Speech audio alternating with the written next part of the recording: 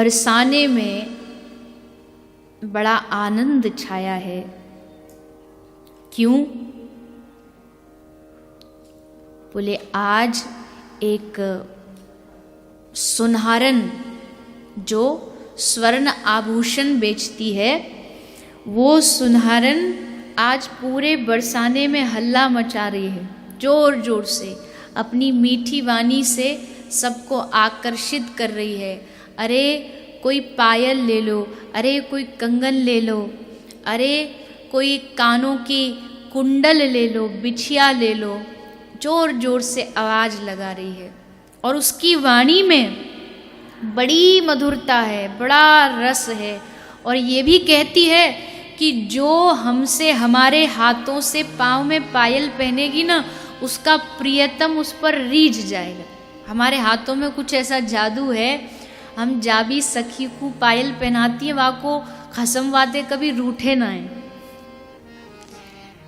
ब्रज में के ना जो प्रियतम जो पति होवे वहाँ को खसम के हैं, तो बोले वहाँ को खसम वाते कभी रूठे गो नहीं। तो लालच देती भई हल्ला मचा रही है। सब बरसाने की सखियां बाहर आ गई। अरे वाह, कैसी सांवरी सलोनी सुनहारन है, कितनी प्यारी है, सांवला रंग है, जादू में इतना मधुर आवाज में ऐसा स्वर भरा हुआ है कि मन करे सुनते जाओ सुनते जाओ, लगते अच्छे घर की सुनारन है।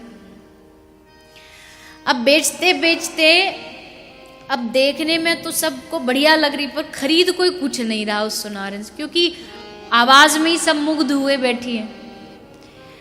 तो सुनारन रुकी एक घर में और एक सखी को बोली, अरे सखी थोड़ा सा जल मिलेगा क्या? चिल्लाते चिल्लाते हमारा तो गलो ही सूख गयो, काई ने कछु लियो ना दियो, पूरा दिन और खराब है वो।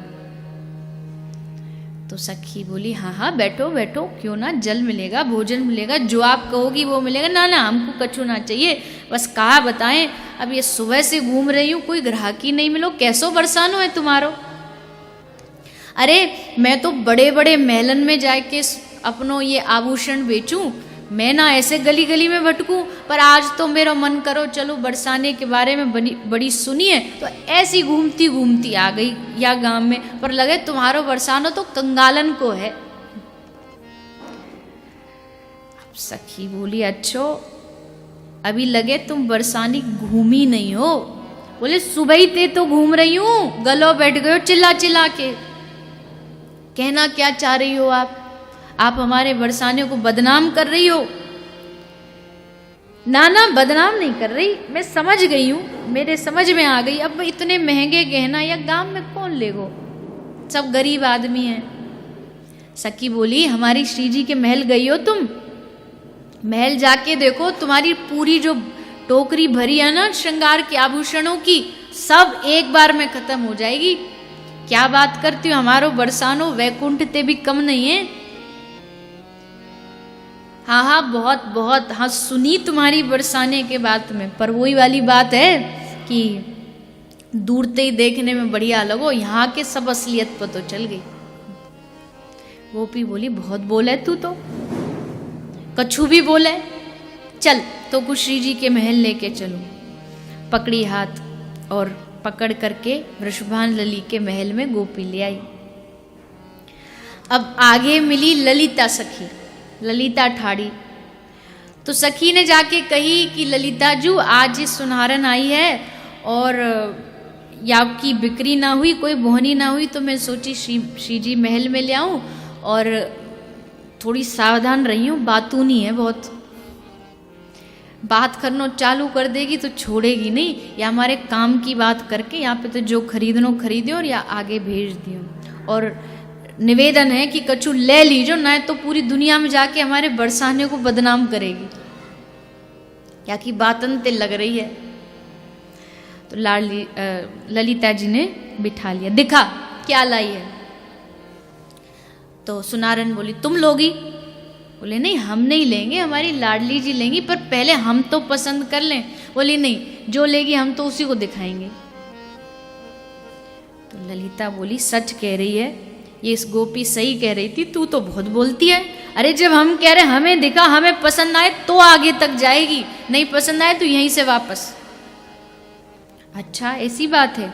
तो सुनारन ने लेकर के एक एक आभूषण निकाल करके दिखा रही है। अब जब दिखा रही है तो ललिता जी उसके मुखमंडल की ओर देखती देखती कह रही है, अरे सुनारन तू पहले भी आई है क्या कभी यहाँ?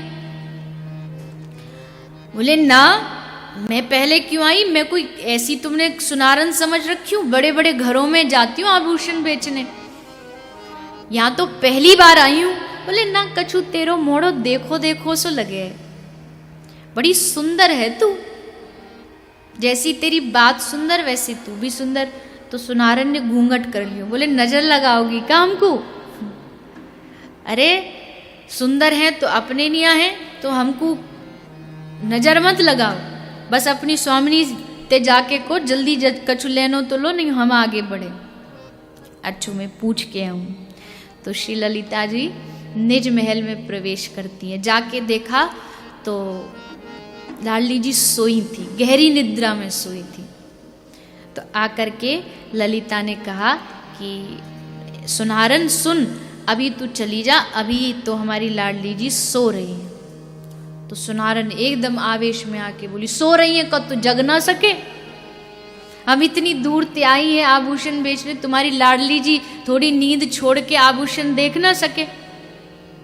और हद हो गई। बोले सुनारन तो लड़ने पे उतारू हो गई, लड़ने के लिए तैयार है। अब जोर जोर से बोल रही थी तो स्वामिनी जी की नींद खुल गई। आवाज भीतर से आई, ललिता क्या हुआ? बोले स्वामिनी एक काली सुनारन आई है, एकदम काली है। अब तो सुनारन नाराज हो गई।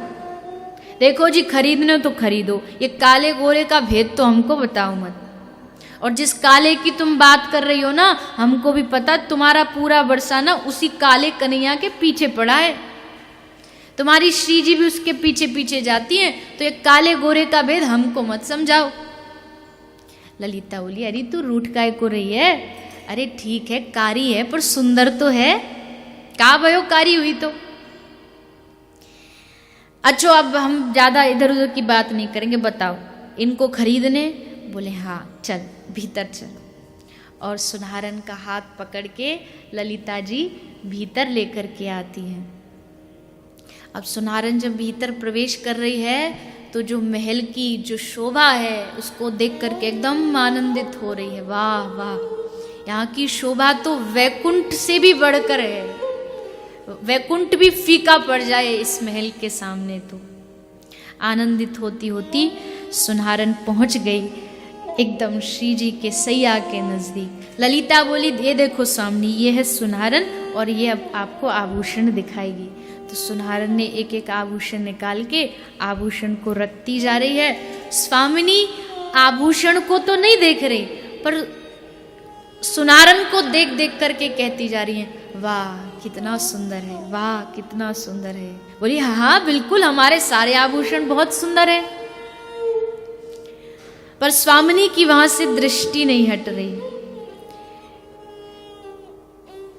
श्री जी कहती, अरे हम आभूषण की बात नहीं कर रही, हम तेरी बात कर रही हैं। कहाँ की सुनारन है तू, बड़ी सुंदर है। तो सुनारन बोली, अजी कैसी बात करती हो? अरे हम कहाँ के सुंदर हैं, सुंदरता की तो मूर्ति आप हो, आपके तो अंग अंग में सौंदर्य भरा हुआ है। आज तक आपके बारे में हमने बड़ा सुना था ब्रजमंडल में, पर आज आपके दर्शन करके मैं कृतार्थ हो गई।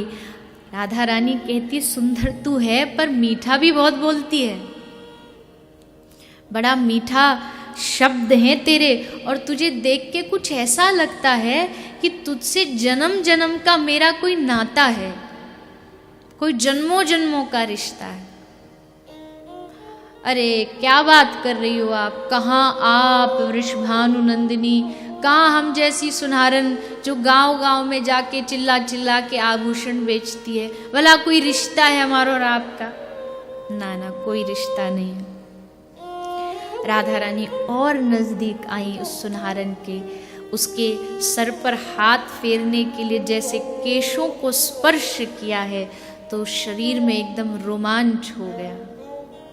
ये स्पर्श तो जाना पहचाना है। अब सुनहरन ने देखा कि अब ये थोड़ा सा शरीर बदल रहा है, तो एकदम हट गई पीछे और नीचे जमीन पर बैठ गई। लो आपको लाओ, अपने चरण आगे करो, मैं आज आपको पायल पहनाऊंगी। आपको पता है हमारे हाथ ते जो पायल पहन लेना नूपुर, सो जीवन भर वाको प्रियतम वाके वश में रहे। ललिता हंस के बोली वो तो वैसे भी है, पर चल तू कह रही है तो चल पहरा दे। तो सुनहरन ने श्री जी के चरणों को अपने हाथ में लिया और पायल पहनाने के लिए आगे बढ़ी। तो राधा रानी ने पूछा, अच्छा एक बात बता, पहले ये तो बता तू इसका मोल क्या लेगी? मोल भाव तो कुछ हुआ ही नहीं, तू तो पहनाने के लिए उतारू हो गई। अरे पहले मोल भाव तो बता कि हम इसको वहन कर पाएंगे या नहीं। सुनहरन बोली, देखो मोल भाव ये है, जो मैं कहूंगी वो देना पड़ेगा, कोई मोल भाव नहीं, जो मैं कहूंगी मंजूर है। ललिता बोली, ऐसे कैसे मंजूर है, तू कुछ भी मांग ले। पर श्री जी के मुख से निकल गया, हाँ मंजूर है, जो तू कहेगी वो देंगे।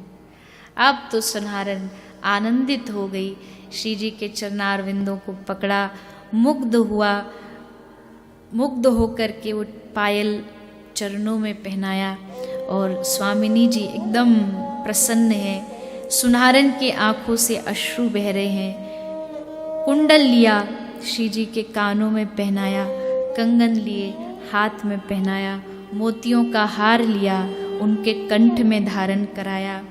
चरण पकड़ के अब सुनहरन मौन हो गई, जो अब तक इतनी बड़बड़ कर रही थी, चरणों को पकड़ते ही मौन हो गई, नेत्र अश्रुओं से भर गए और हाथ जोड़ कर के सुनहरन कह रही है कि हे स्वामिनी, ये जो आपके चरण हैं, मोल में हमें इन चरणों का दास बना लीजिए।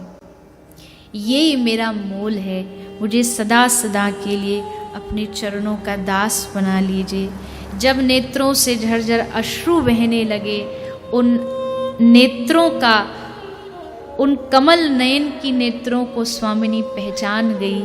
आँख के अश्रु भरे नेत्रों को स्वामिनी ने देखा, अरे ये तो मेरे प्रियतम श्याम सुंदर हैं। बस ये कहते हुए उसको उठाया और अपने हृदय से लगा लिया। ऐसा अद्भुत आनंद, प्रिया प्रियतम का सुंदर मिलन। श्री श्याम सुंदर हर पल ललचाते थे कि मैं क्या बन के पहुंच जाऊं निज महल में, कोई रूप बना लूं। कभी सुनहरन, कभी चूड़ी बेचने के लिए आ जाते हैं, कभी गोपी बन के आ जाते हैं। ये सब रूप धारण करते हैं श्याम सुंदर अपनी लाडली जी की एक झलक पाने के लिए। बताओ ऐसा आनंद और कहाँ होगा विश्व में, या किस अवतार में होगा जो आनंद कृष्ण अवतार में है। जो ये दिव्य लीला ये ब्रज में ही मिल सकती है और कहीं नहीं मिलेंगी।